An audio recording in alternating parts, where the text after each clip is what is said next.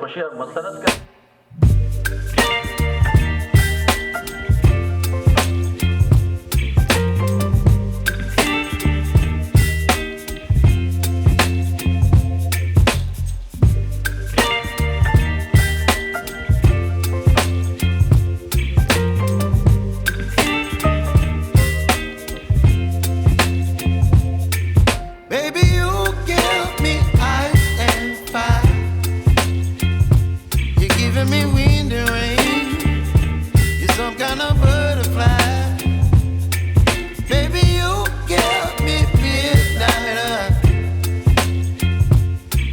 my appetite. Don't leave me here high and dry. Oh, well, I don't wanna jinx it, baby, and twist myself at the spine. Don't wanna overthink it, baby. It's just twist your body and mine. Baby, you give me ice and fire. You're giving me wind and rain. You're some kind of butterfly. Baby, you give me midnight. You whip up my appetite. Don't leave me here high and dry. Oh, but I don't wanna jinx it, baby. Let's not get ahead of my time. Oh, but I don't wanna miss you, baby. So I stand up and speak just my mind. Oh.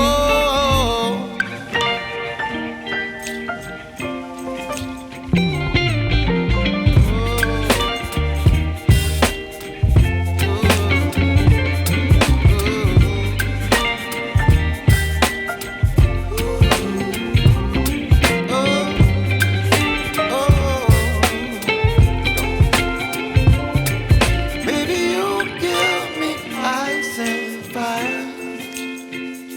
You're chilling wind and rain. You're some kind of butterfly.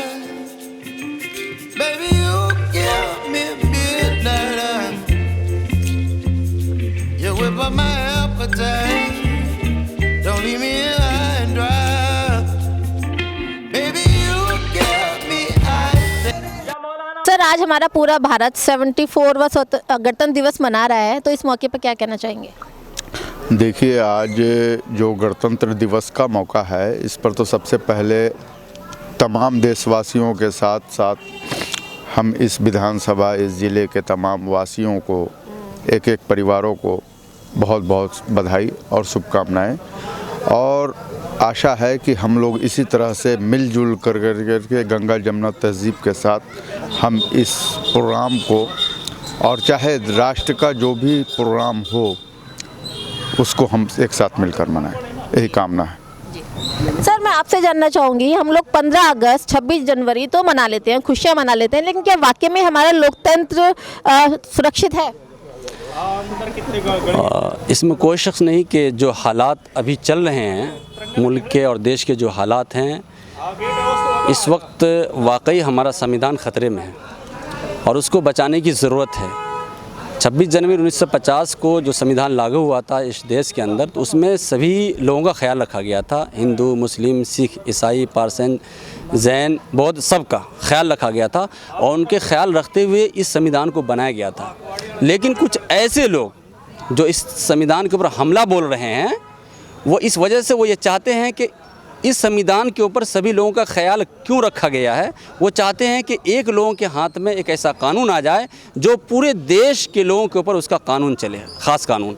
और जाहिर सी बात है, जो इस इस देश के अंदर गंगा जमुनी जो तहज़ीब है, जो भाईचारा है, उसको बिगाड़ने की, उसको तोड़ने की कोशिश कर रहे हैं और जब ही जाके वो कामयाब हो सकते हैं। लेकिन अल्हम्दुलिल्लाह हमारे लोगों में जो हिंदू है, मुस्लिम है, सिख है, ईसाई है, जो सूझबूझ वाले हैं, वो इस चीज़ को समझते हैं कि हम अपने भाईचारों को तोड़ेंगे तोड़ेंगे नहीं, ख़त्म नहीं करेंगे और भाईचारा को बरकरार रखेंगे। इसी चीज़ को संदेश देने के लिए, मैसेज देने के लिए राहुल गांधी जो हमारे सबसे बड़े नेता है कांग्रेस के, वो कन्याकुमारी से लेकर कश्मीर तक का जो सफ़र शुरू किया है भारत जोड़ो यात्रा, उससे यही मैसेज देना चाह रहे हैं कि पूरे हिंदुस्तान को जोड़ो।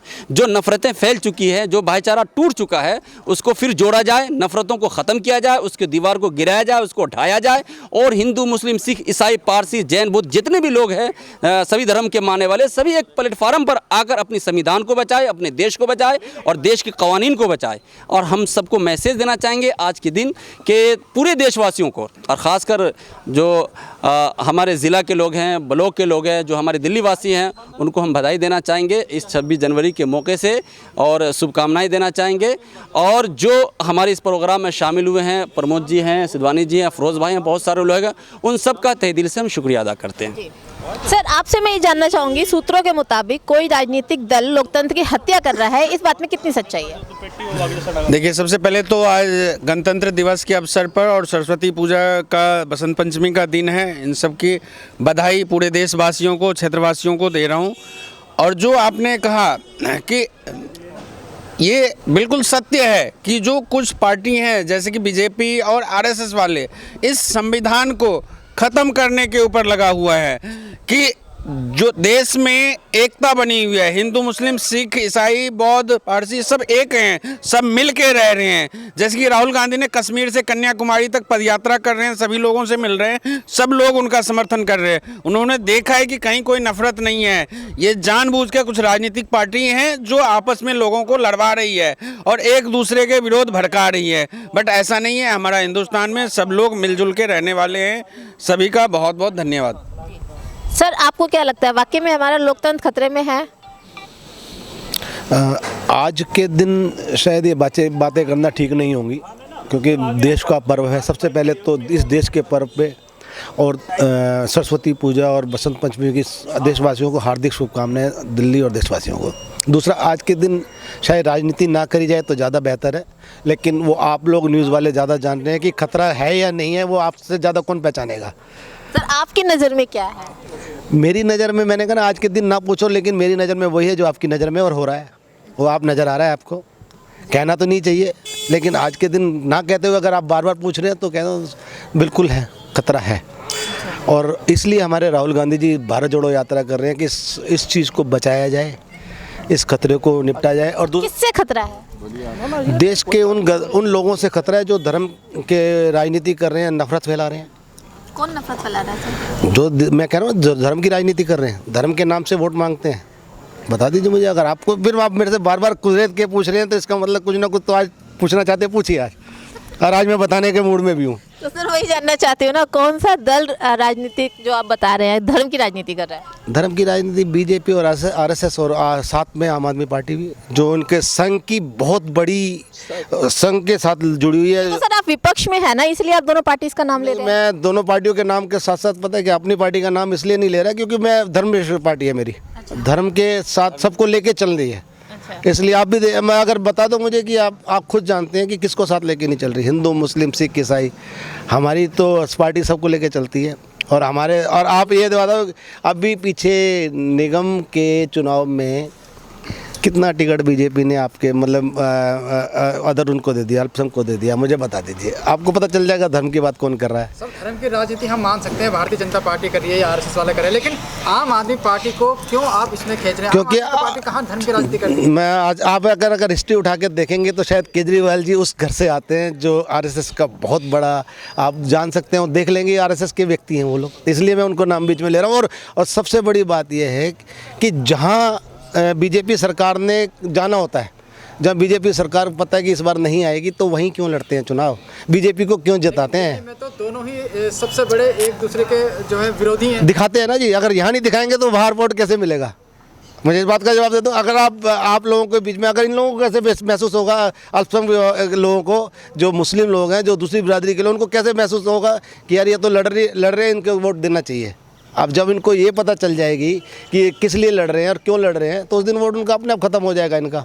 सर, आपके नेता राहुल गांधी जी, जिन्होंने भारत जोड़ने के लिए, भारत के लोगों को जोड़ने के लिए एक अभियान, एक मुहिम छेड़ा हुआ है, क्या लगता है उनके इस अभियान से पूरा देश एकजुट हो रहा है क्या? बिल्कुल हो रहा है जी, और हो भी रहा है। अब वोटों में तब्दीली हमारे राहुल जी ने बोला है कि हम वोटों के लिए नहीं लड़ रहे हैं, लेकिन उसके बावजूद भी वोट आएंगे और 100% आएंगे। और प्यार की दुकान खोलने के लिए आपको लग रहा है कि हम लोग तैयार नहीं है, हम खोल रहे हैं, घर घर जाके खोल रहे हैं। तो आपको क्या लगता है कि जो मोहब्बत की दुकान राहुल गांधी जी खोलने आ रहे हैं, उसका असर 24 में नज़र आएगा क्या? बिल्कुल आएगा, 100% आएगा। और आपको ये नज़र भी आएगा, हो सकता है कि कितनी सीटें आ रही हैं अभी मैं नहीं कह सकता, लेकिन सरकार शायद कांग्रेस आ रही है, कांग्रेस की सरकार बन रही है 2024 में। हौसला बुलंद है, सारे कार्यकर्ता एकदम सड़क पे उतरे हुए हैं, जोश में भरे हुए हैं। जो राहुल गांधी हमारा नेतृत्व कर रहे हैं और जो घूम रहे हैं, 100% कांग्रेस की सरकार बनेगी। सरकार हमारी बन रही है। आप क्या कहना सर, आप क्या कहना चाहेंगे? लोकतंत्र खतरे में है इस चीज़ को लेकर? देखिए बिल्कुल है, और मैंने पहला भी आपको बताया कि बिल्कुल है और 100% है। कुछ ऐसी पार्टी है और पार्टी जैसे आरएसएस और बीजेपी, ये दोनों मिल करके ये लोकतंत्र को की हत्या कर रहे हैं। और आम आदमी जो, वो तो पूरी संघी है और उसके बेस ही संघी है। मसला ये है कि वो जहाँ से आते हैं वो भी संघ परिवार से ही आते हैं। तो ये तो कहते हैं ए और बी टीम, तो बड़ा भाई मोदी जी है, छोटा भाई केजरीवाल जी है। आपने देखा BBC डॉक्यूमेंट्री पे क्या हो रहा है? क्या इस बात का डर है उस वक्त के मुख्यमंत्री नरेंद्र मोदी जी को कि मेरी सच्चाई सामने ना आए देश के सामने? अब भैया अगर डर नहीं है तो डॉक्यूमेंट्री को बैन क्यों करना? तो अंग्रेजी कानून के तहत इसको बैन किया जा रहा है। आप मुझे कानून बताइए, कौन से अंग्रेजी कानून है? क्या देश का संविधान के अंदर अंग्रेजी कानून लागू होता है क्या? या देश की संविधान लागू होगा? तो भाई देश का संविधान अगर लागू होगा तो आप क्यों नहीं इसको रिलीज़ होना चाहिए? आपको देश का संविधान कहता कोई भी डॉक्यूमेंट्री हो, कोई भी फिल्में हो, आप उस पर रोक नहीं लगा सकते, तो क्यों लगा रहे हैं भाई? कानून मैंने भी पढ़ी है थोड़ा बहुत।